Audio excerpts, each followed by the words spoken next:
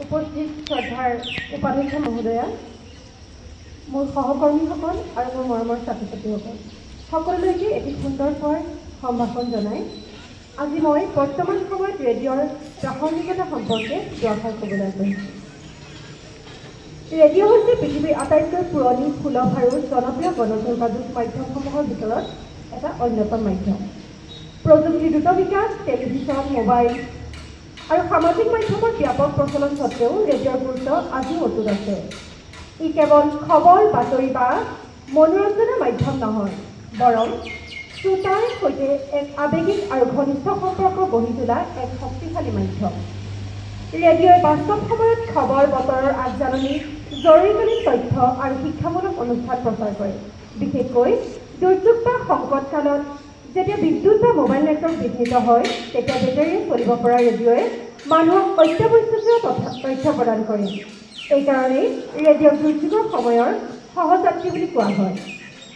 অতীতত গাঁও অঞ্চলত ৰেডিঅ' আছিল বহিৰ্বিশ্বৰ সৈতে সংযোগৰ একমাত্ৰ মাধ্যম। খবৰ, গান, নাটক, ক্ৰীড়াৰ ধাৰাবিৱৰণী আদি শুনি মানুহে জ্ঞান আৰু মনোৰঞ্জন লাভ কৰিছিল। ৰেডিঅ'ৰ নাটক, সংগীত আৰু আলোচনা অনুষ্ঠানসমূহে শ্ৰোতাৰ কল্পনা শক্তি, সৃষ্টিশীলতা আৰু মানসিক বিকাশত বিশেষ অৰিহণা যোগাইছিল।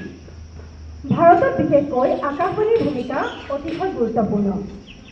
অসমতো যুৱবাণী, আইদেউ বুলনি, নাটক, খবৰ, বাতৰি আদি অনুষ্ঠানৰ জৰিয়তে ৰেডিঅ'ই সমাজ সংস্কৃতিৰ বিকাশত উল্লেখযোগ্য অৱদান আগবঢ়াইছে।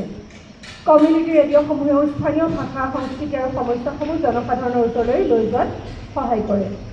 আধুনিক যুগত ইণ্টাৰনেট, ব্লুটুথ, স্মাৰ্টফোন আৰু ষ্ট্ৰিমিং সুবিধাৰ সংযোজনে ৰেডিঅ'ক অধিক উন্নত আৰু সহজলভ্য কৰি তুলিছে। আজিকালি মোবাইল, কম্পিউটাৰ, গাড়ী আৰু স্মাৰ্ট স্পীকাৰৰ জৰিয়তেও ৰেডিঅ' শুনিব পাৰি।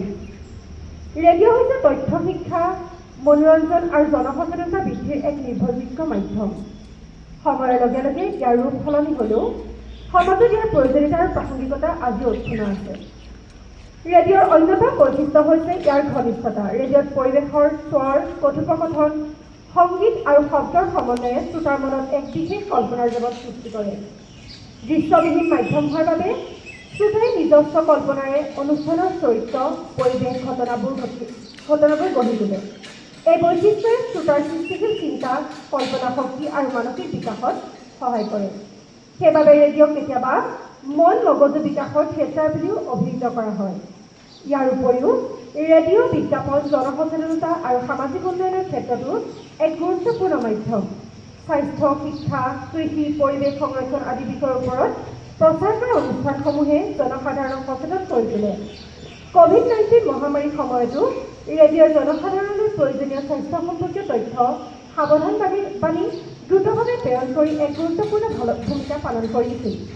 এইদৰে ৰেডিঅ'ই সমাজৰ বিভিন্ন স্তৰৰ মানুহক সংযোগ কৰি এক শক্তিশালী গণমাধ্যম হিচাপে নিজৰ প্ৰাসংগিকতা বজাই ৰাখিছে।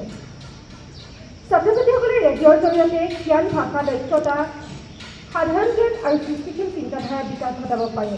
সেয়েহে আধুনিক প্ৰযুক্তিৰ যুগতো ৰেডিঅ'ক শিক্ষাৰ এক ফলপ্ৰসূ আৰু বিশ্বাসযোগ্য সহযোগী হিচাপে গ্ৰহণ কৰা হৈছে। ধন্যবাদ।